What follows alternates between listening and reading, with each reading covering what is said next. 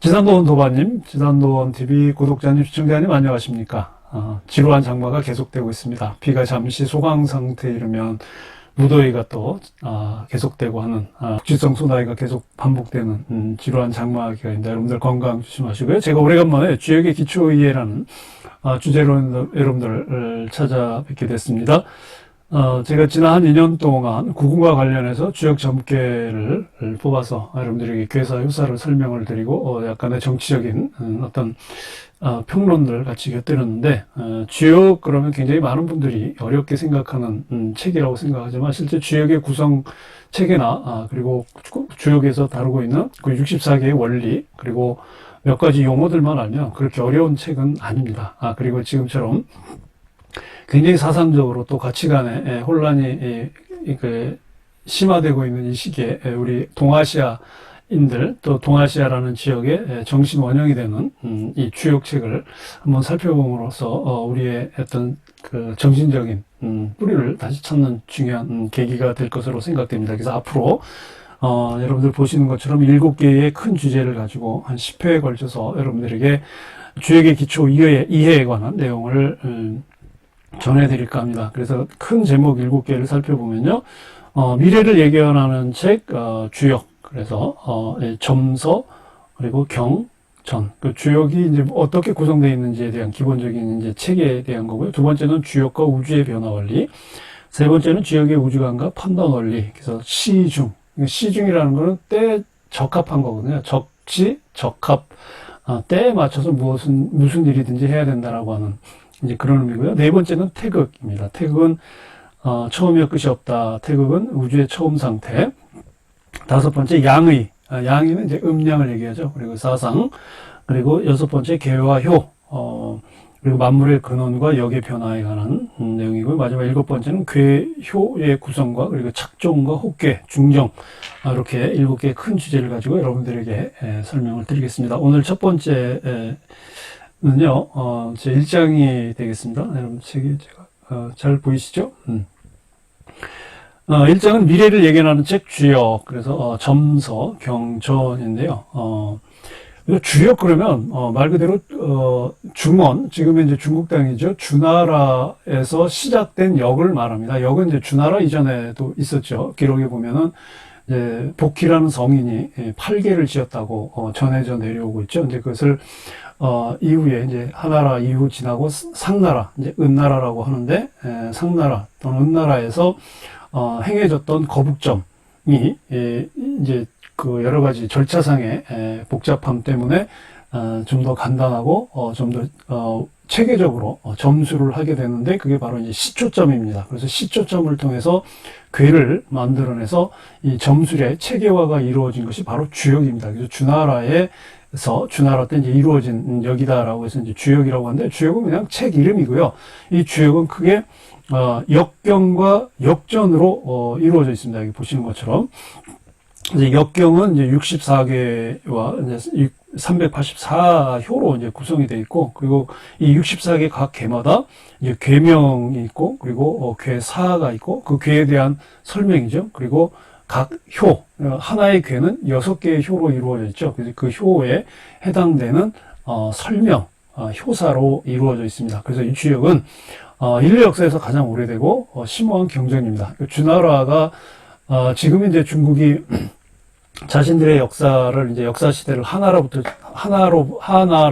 시작한 걸로 이제 정했죠. 그래서 하나라, 은나라, 주나라. 주나라가 대략 서기전 뭐 1100년 또 어떤 쪽에서는 뭐 1075년 뭐 그렇게 1045년 뭐 이렇게 나오기도 하는데 그냥 1100년으로 보면 한 서기전 이제 12세기 정도에 이제 시작된 나라죠. 그래서 이 주나라가 천자국으로 이제 등장을 하죠. 그러면서 굉장히 많은 속국이죠. 제후국들을 이제 거느리게 됩니다. 그러면서 이 주나라에서 이 역을 체계화하면서 이 주역이 이후에 나중에 이제 한나라라고 하는 한족들이 세운 통일국가까지 이르는 데까지 그리고 그 이후까지 이 중국과 그리고 이 동아시아죠.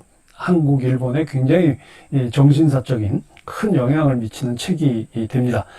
그리고 이제 역전은요, 보통 10익이라고 합니다. 이제 10십자의 날개 익자인데, 10개의 날개인데, 한마디로 얘기하면 이거는, 64개가 담겨져 있는 역경에 대한 해설서예요. 그래서 10개의 책으로 이루어졌습니다. 그래서 단전, 상하, 두 권이죠. 상전, 상하, 문헌전, 그 다음에 계사전상, 계사전하, 설계전, 접계전, 서계전, 이렇게 10개의 해설서로 구성이 되어 있는데요. 또 주역의 기원은 점입니다. 점술. 그래서 이 고대 시대 때 점수를 치던 그에서부터 시작이 됐는데, 이제 주역에서는 시초라는 풀을 가지고 점을 치기 시작을 했지만, 그 이전에 상나라, 그러니까 은나라 때는 거북점을 쳤습니다. 이 거북점을 쳤는데, 이 거북점이 뭐냐면 구복, 거북을 잡아서 거북의 등껍질을 벗겨내요. 그래서 그 거북의 등껍질을 하고 이제 배껍질을 이제 그 구멍을 냅니다. 그 배껍질에 구멍을 내서 그 구멍에 그 뚫어진 중심으로 해서 불을 대요. 그러면 이제 어떤 이제 거북의 배가 이제 갈라지겠죠? 그래서 이제 그게 복조라고 하는데, 그래서 그 무늬, 그 갈라진 구멍을 중심으로 해서 나타난 무늬를 보고, 기륭을 판단하는 게 바로 이게 이제 이 거북점이에요. 근데 이 거북점은 일단 거북을 구하기가, 이제 사실 쉽지도 않고, 그리고 운반하는 것도 그래서, 그리고 이제 거북점을 해석하는 그 술사들의 해석도, 여러 가지 의미여서 이 점수를 좀 더 체계화, 하는 의미에서, 그리고 좀 더 용이하게, 그리고 좀 더 체계적으로, 하기 위해서 이제 시작된 게, 소위 이제 그 시초점입니다. 그때부터는 이제 점서라고 하는데요. 그러니까 점을 나타내는 말은 점복도 있고, 점점자도 있고, 점서도 있고요. 그러니까 이 복자는, 거북점을 칠 때 복이라고 쓰고요. 그리고 시초, 지금 이제 대나무, 주역점을 칠 때는 대나무로 치는데, 이 대나무로 칠 때는 이 점서자를 씁니다. 그래서 점은 복과 서로, 구분이 된다. 그래서 이제 시초를 사용해서 변화의 수를 세면서 8개의 상을 얻고 이 계상에 의거해서 이제 기륭을 추측하는 것이 이제 점서입니다. 그래서 이 시초를 가지고 계산을 하는 거죠. 그래서 이 시초를 이용해서 숫자를, 이 방식대로, 이제 계사전 상에 보면, 이 시초, 지금 이제 대나무죠. 시초를 가지고, 시초에 50개의 숫자를 가지고, 50개의 그 대나무 시초를 가지고 점을 치는 방법이 나와요. 그렇게 해서 이제 그 하나의 궤를 만들어내고, 그 궤에서, 의미하는 이제 궤사와 또 그 궤에 담겨져 있는 효사의 내용들을 보고, 그 점의 의미를, 점술의 의미를 이제 해석을 했지요. 그래서, 시초를 셈해서, 그래서 시초를 셈한다고 합니다. 셈. 그래서, 궤를 이제 구해가지고, 그 궤에서 나온 궤사와 효사를 가지고 점을 쳤다. 그래서 주역은, 이제 거북점에서 점서로, 시초점을 이용해서 점을 치는 방법을 하는데, 여러분 이제 사진 보시면, 왼쪽에 있는 게 이제 거북의 배의 모양을, 구멍을 내서, 불에 구운 다음에 나타난 모양으로 이제 점을 치고 거기에 이제 여러 가지 모양을 새긴 거고요. 오른쪽에 있는, 여러분 보시기에 오른쪽에 있는 그림, 이제 시초라는 풀인데 이거는, 야생초예요. 그래서 구하기가 쉽지 않았고, 그래서 지금, 그 이후에, 이제 시초 이후에는 이제 대나무 50개를 가지고, 점을 치면서 주역에 나타난 그 궤를, 만들어서 그 궤로, 이제, 그 기륭을 판단하는 이제 그런 이제 식이 됐죠. 자, 그럼 이제 주역의 구성을 보면 역경과 역전으로 구성되어 있죠. 역경은 64개, 64개의 궤로 구성이 되어 있다. 신경은 중천건계부터 시작하죠. 그래서 중천건계, 중지건계. 그래서 건계와 공계가 상경의 시작이면서 또 주역 64개의 시작입니다. 출입문이에요. 그래서 이 건계와 곤계는, 건은 또 양을 의미하고, 고는 또 음을 의미하거든요. 이거 건은 하늘이고, 형상으로 보면 하늘이고, 고는 형상으로 보면 땅이에요. 그래서 하늘과 땅이 작용을 해서 모든 만물이 화생한다라는 의미에서 이 주역의 첫 시작인 건계와 곤계가, 그 음양의 이의 두 가지의 의미를 담고 있는 가장 중요한 궤가 되겠죠. 그래서 중천건계부터 시작을 해서 30번째 중하리궤까지 상경이 있고, 그리고 이제 31번째는 이제 택산 함계입니다. 함계에서부터 시작을 해서 마지막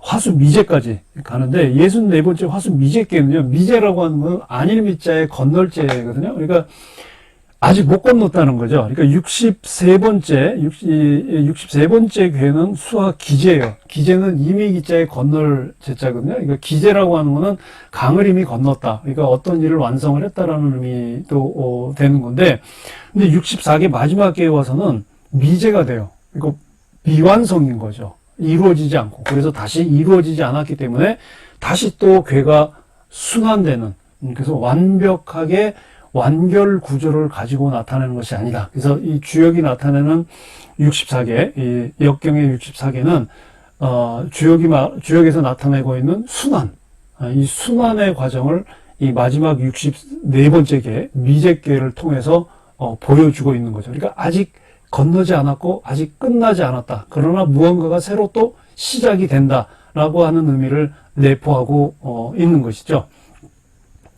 자, 그 다음에 이제, 괴의 모양을 이제 살펴보면, 이건 제가, 주역, 그 점괘 할 때도 이제 종종 제가 풀어 드렸는데, 이 주역의 구성에서 보면, 괴의 육효와 위치를 보면, 6개, 하나의 괴는 6개의, 효로 이루어져 있죠. 그래서 가장 아래에 있는 효가 이제 초효, 첫 번째 효, 초효가 되겠고요. 그 위에 있는 두 번째가 이제 2효, 그다음에 세 번째가 3효, 네 번째가 4효, 다섯 번째가 5효, 여섯 번째가 상효가 되겠습니다. 마지막 여섯 번째는 6효라고 하지 않고 상효라고 합니다. 가장 위에 있다라는 의미를 담고 있죠. 그래서 이 하나의 괴, 6개의 효로 이루어진 하나의 괴는 8개가 2개가 중첩된 거예요. 8개는 3개의 효로 이루어져 있잖아요. 그래서 아래에 3개의 효를 합괴라고 하고, 그리고 위에 3개의 효로 이루어진 괴를 상괴라고 합니다. 그래서 상괴가 어떤 괴이고 합괴가 어떤 괴이냐에 따라서 64개의 괴명, 괴 이름이 정해지게 되는 거죠. 그래서 지금 이 괴를 보면 상괴도 건괴, 합괴도 건괴, 그러니까 3개의 효가 전부 양효로 이루어진, 합계, 건계도 전부 3개의 효가 양효로 이루어져 있고, 그러니까 이렇게 하나의 일자로 그려진, 이 막대기로 그어져 있는 것이 양효거든요. 양효. 양효는 9라고 나와 있죠. 음효는 가운데가 끊어져 있어요. 그래서 2개로 나눠져 있는 것처럼 보이는데, 그래서 음효는 6이라고 읽습니다. 그래서 이걸 이제 실제 이제 괴에서 읽을 때는 이제 처음에 온 이제 초효가 양일 경우에는 초구라고 읽습니다. 그리고 두 번째 효가 음효가 왔을 경우에는 음효가 6이니까 6이라고 읽고요. 세 번째 양효가 왔죠. 그래서 이거는 9, 양효인 9를 위해서 93, 93이라고 읽고, 네 번째 음효가 왔습니다. 그래서 이거는 64로 읽고요. 다섯 번째 양효가 왔습니다. 그래서 이 양효가 왔으니까 이제 9, 5로 되고, 가장 위에 있는 상효는 음효가 왔기 때문에 상육이라고 있는데, 여기서 이제 주목할 거는 여기 상계와 합계의 가운데에 있는 효, 즉 합계에서는 두 번째 효, 상계에서는 다섯 번째 효가 중요한 역할을 합니다. 괴를 풀어내는 데 있어서. 그래서 이 합계의 두 번째의 자리는 음효가 와야 돼요. 그러니까 지금 음효가 왔죠. 음효가 왔는데 여기를 중이라고 합니다. 그러니까 아래에 있는 합계의 3개의 효 중에서 가운데이기 때문에 중인데, 이 중의 자리에 음이 와야 되는 자리인데, 이 가운데 자리에 자기 자리에 맞춰서 음효가 오면 중정이라고 있습니다. 그러니까 이제 양이 오면은 그냥 중이라고 하지만, 이 두 번째 자리에 이제 음효가 오게 되면, 그러니까 음이 와야 될 자리에 음이 오면 이제 중정이라고 있고요. 또 상효에서 다섯 번째는 양효가 와야 돼요. 양효의 자리에 그 다섯 번째 오효의 자리에 양효가 오면 이것도 마찬가지로 이제 중정이라고 있습니다. 예, 역경의 64개의 효의 구성과 그리고 한 개의 괴에 들어있는 6효의 위치에 대해서, 그 효를 또 어떻게 부르는지에 대해서 살펴봤고요. 그 다음에 이제 역전에 대해서 한번 살펴보겠습니다. 역전은 12기라고 말씀을 드렸죠. 10개입니다. 이거는, 요 앞부분은, 봄에 제가 그 오프라인으로, 강의를 했었기 때문에 오프라인으로, 강의를 들으신 우리 도반님들은, 복습한다고 생각하시면, 되겠습니다. 먼저 단전이 있습니다. 단전이 이제 상하로 나눠져 있는데, 이 단전은 64개의 다 들어가 있어요. 처음에 이제 그 괴사가 나오고 괴사 다음에 단전이 나와요. 그 괴사에 대한 설명이죠. 그리고 그 괴명과 괴사에 대한 설명을 하고, 그리고 이 단전에 관한 내용이 나오면 그 밑에 이제 상전이 나옵니다. 이거는 제가 그 괴풀이 할 때 많이 했었거든요. 단전도 이야기해드리고 상전도 얘기해줬는데, 그래서 단전은 괴명과 괴사, 그리고 상전은 괴명과 효사에 관한. 그래서 이 단전은 그 괴의 괴사에 관한 설명에 대해서만 나오고요. 각 효의 그 설명을 다른 효사에는 이 단전이 나오지 않고 상전만 나옵니다. 상전은 괴사의 설명에도 나오고 효사의 설명에도 나오는데, 괴사의 설명에는 단전만 나온다. 그 얘기죠. 그리고 이제 문헌전은 이제 독특하게 64개 괴 중에서 건괴하고 공괴만 있어요. 그러니까 중천건괴하고 중지곤괴만 이 문헌전이 들어가 있습니다. 그리고 이제 계사전 상과 계사전 하가 있는데, 이게 사실 이 역전 10획 중에서 사실 굉장히 핵심적인 내용을 담고 있습니다. 그러니까 주역 64개가 담고 있는 어떤 그 가치체계, 세계관, 그 다음에 어떤 철학적 의미를 이 계사전에서 사실 다 설명을 해주고 있어요. 계사전 상하, 그러니까 점치는 방법부터 시작해서. 그래서 이 역경 철학의 핵심을 담고 있다라고 보시면 되겠고요. 그리고 설계전은 8개 괴상에 대한 이제 구체적인 설명을 이야기합니다. 8개 괴상이 이제 어떻게 냈는지에 대한 내용이 이제 설계되어 있고, 서계전은 말 그대로 이제 괴의 순서예요. 그래서 64개가 이제 어떻게 해서 순서로 정해졌는지, 요괴 다음에 왜 요 괴가 나오고, 요괴 다음에 왜 또 그 다음 괴가 나오는지에 대한 그 순서에 대해서 쭉 설명을 했고요. 그리고 이제 마지막 잡계전은 종괴, 이게 착종이라는데, 이게 이 괴를 어떤 한계가 있으면 뒤집으면 이제 뒤집거나 또는 이렇게 반대효가 오면은 이제 착종이 된다고 하는 거거든요. 그래서 이 괴와 괴사 또는 괴와 효의 관계를 설명하고 있는 설명서 10익이 이제 잡괴전이 되겠습니다. 우리가 이제 역을 이제 배우는 건데, 주역은 아까 제가 말씀드렸죠. 주역은 그냥 책 이름입니다. 책 이름이고, 정확하게 얘기하면 이제 역경과 역전이라고 봐야 되는 거죠. 그래서, 이 역경과 역전을 연구하는 학문이 역학이에요. 역학.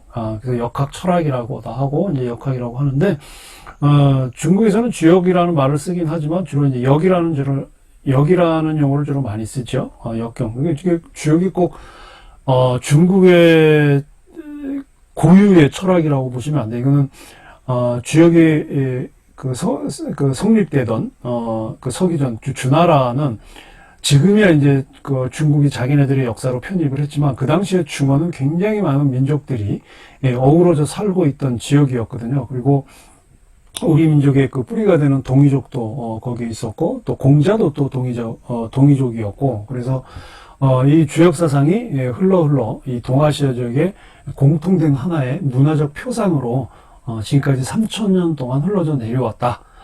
그런데 이 역이라고 하는 것이 지금 서양이 이제 포스트 모던이라고 하는 소위 탈근대, 그러니까 지난 한 4,500년 동안 인간의 이성을 통해서 굉장히 많은 과학과 기술과 또 어떤 그 학문적인 발전을 이뤘지만, 지금 결국 우리가 겪고 있는 여러 가지 이 환경이라든지 뭐 생태라든지 이런 위기들을 겪으면서 반성을 하고 있잖아요. 이제 그게 이제 포스트 모더니즘, 탈모더니티인데, 이 포스트 모더니즘 성향에 상당히 많은 서양 철학자들이나 서양의 지식인들이 동양에 관심을 가져요. 그 중에 이제 불교, 그리고 이제 공자를 중심으로 하는 유가, 그리고 이제 노자나 장자와 같은 이제 도가 쪽에 굉장히 많은 관심을 가지고 있는데, 그 공통적인 게 뭐냐면 역이에요.